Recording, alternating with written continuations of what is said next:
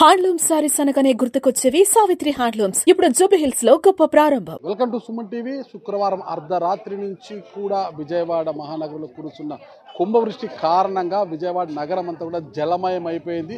మొత్తం కూడా 3 రోజులు కురిసిన వర్షపాతముతో మొత్తం ఏరియాలో అంతా కూడా ప్రస్తుతం మనం సింగునగర్ వద్ద ఉన్నాము. సింగునగర్ కాలనీలో మనం తీసుకుంటే గిన ఈ వరద ఉధృతి కంటే బుడమేరు వాగంతా కూడా పొంగి పొర్లి మొత్తం కూడా ఈ కాలనీ అంతా కూడా జలమయం అయిపోయింది. చూడొచ్చు అక్కడ మా ఇంటి వాళ్ళు కూడా శారదా నిలయం అనేది ఉంది, ఆ నిలయం కావచ్చు, దాని పక్కన కార్లు, బైకులు అన్నీ కూడా మొత్తం కూడా నీటిలోనే చిక్కుకుపోయాయి.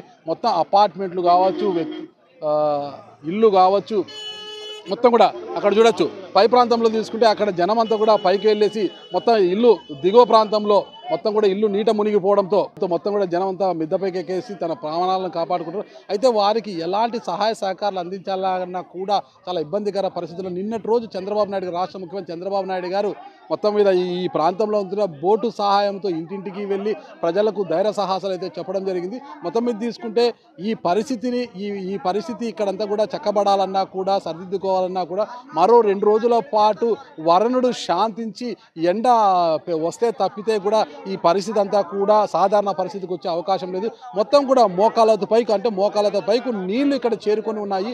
ఈ నీళ్ళన్నీ కూడా వాగులోకి వెళ్ళాలా, బయటికి వెళ్ళాలి అన్నా కూడా ఈ 2 రోజుల పాటు మళ్ళీ మరో 2 రోజుల పాటు కూడా వర్షాలు కురవకుండా ఎండ వస్తే తప్పితే కూడా నీటి ఉధృతి తగ్గి ఈ ప్రాంతం అంతా కూడా సాధారణ స్థితికి వచ్చే పరిస్థితి కనిపించడం. మొత్తం కూడా నీళ్ళలో అన్ని నీళ్లు చేరిపోయాయి కదా.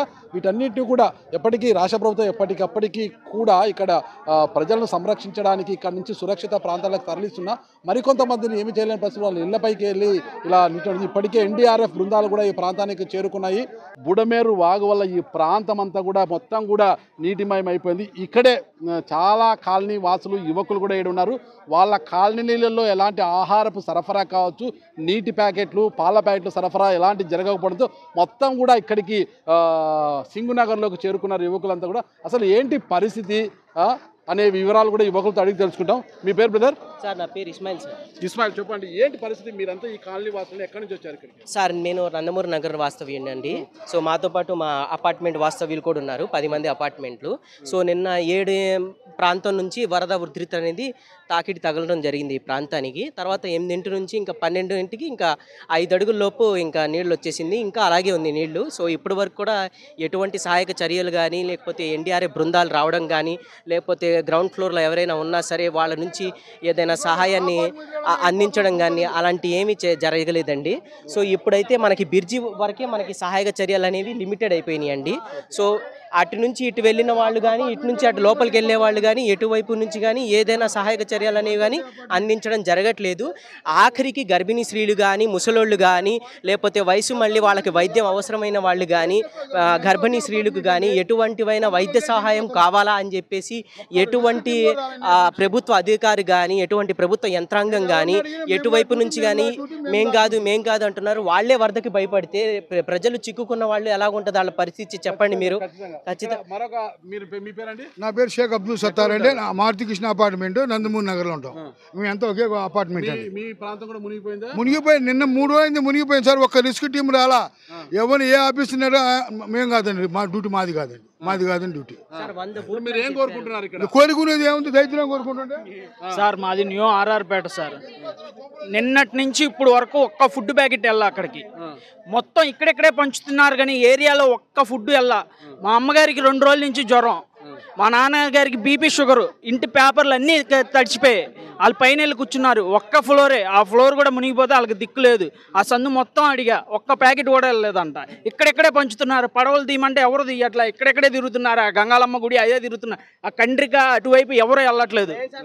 మొత్తం ఇది అసలు తెలియాలి కదా సార్. ఇన్ని పెట్టుకున్నారు, ఇన్ని బళ్ళు పెట్టుకున్నారు ఎందుకు సార్? మేము ఏ పార్టీకి అగెనెస్ట్ కాదు సార్. ఫుడ్ వరకు అందజేయండి సార్. ఆ వాటర్ తగ్గితే చాలు మాకు. ఆ ఫుడ్ లోపల ఉన్న వాళ్ళకి ఇవ్వకుండా ఇక్కడ ఇస్తే ఏం లాభం సార్? ఎన్ని ఫుడ్ ప్యాకెట్లు పడి ఉన్నాయి సార్ కింద. ఎన్ని అందవలసిన వాళ్ళకి అందట్లేదు. ఒక్కొక్కరు 2-3 తీసుకెళ్తున్నారు. ఆకలిగా ఉన్న వాళ్ళు తీసుకెళ్ళినా పర్లేదు సార్. లోపల ఉన్న వాళ్ళకి కూడా వెళ్ళాలిగా. తీసుకుంటున్నారు సార్. ఆయన మంచిగానే తీసుకుంటున్నారు కానీ ముందు ఈ అధికారం లోపలికి వెళ్ళాలి కదా సార్. ఇక్కడిక్కడ తిరిగితే ఏం లాభం సార్? రావట్లేదు సార్. ఉన్నత స్థాయి సమీక్షల కన్నా క్షేత్ర స్థాయిలో గ్రౌండ్ రిపోర్ట్ అడుక్కున్న లేరు ఇక్కడ. అందరూ కావాలంటే 40 రూపాయల ప్యాకెట్ 50 రూపాయలకి పడవని చంపాలండి. ప్లాట్లో వాటర్ బాటిల్ 20 రూపాయలు 100 రూపాయలు అమ్ముకోవాలి ప్లాట్లలోని. ఎవడు వద్దంటలేదు, తీసుకురావాలి కదా, ఖాళీ తిరుగుతున్నారు అంతే అందరూ. సప్లై అయితే మధ్యలోకి రావట్లేదు. ఇదైతే పార్టీలకి దీనికి అసలు సంబంధం లేదు. సప్లై అనేది మధ్యలో రావట్లేదు. ఈ రిస్కీ టీం కూడా ఓన్లీ మెయిన్ రోడ్ మీద తిరుగుతున్నారు తప్ప ఆ లోపల మాత్రం వెళ్ళట్లా. లోపలికి ఒక్క ఫుడ్ ప్యాకెట్ రాష్ట్ర ముఖ్యమంత్రి చంద్రబాబు నాయుడు గారు ఎన్ని చర్యలు తీసుకున్న అధికార యంత్రాంగం మాత్రము బాధితులను రక్షించడానికి పెద్దగా చర్యలు తీసుకోవడం లేదు. ఎవరిని అడిగినా మాకు సంబంధం లేదంటే మాకు సంబంధం లేదంటే దాటవేస్తున్నారు తప్పితే చర్యలు తీసుకోవడం లేదంటారు. ఇక్కడ ఎవరు కూడా యాచించడం లేదు. భోజనం ప్యాకెట్లు కావచ్చు, నీటి బాటిల్ కావచ్చు, అధిక ధరలకు అమ్మినా కూడా కొనుక్కొని తినే పరిస్థితిలో ఉన్నాము.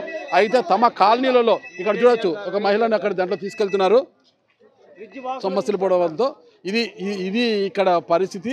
ఏదేమైనా కూడా ఆయా కాలనీలకు, అన్ని కాలనీలలో బోట్లను పంపించి ఆ కాలనీ వరదల్లో చిక్కుకున్న వృద్ధులను ఇతరత్ర వారందరినీ కూడా రక్షించడంతో పాటు అన్ని కాలనీలకు కూడా భోజనము, నీటి సరఫరా, పాల ప్యాకెట్లు అందించే ఏర్పాట్లు చేయాలనేసి రాష్ట్ర ముఖ్యమంత్రిని వాళ్ళు కోరుకుంటున్నారు. చంద్రబాబు నాయుడు గారు ఎన్ని చర్యలు తీసుకున్నా అధికార యంత్రాంగం పని చేయకపోవడంతో ఈ పరిస్థితి తలెత్తిందనేసి ఇక్కడి ప్రజల యొక్క వాదన.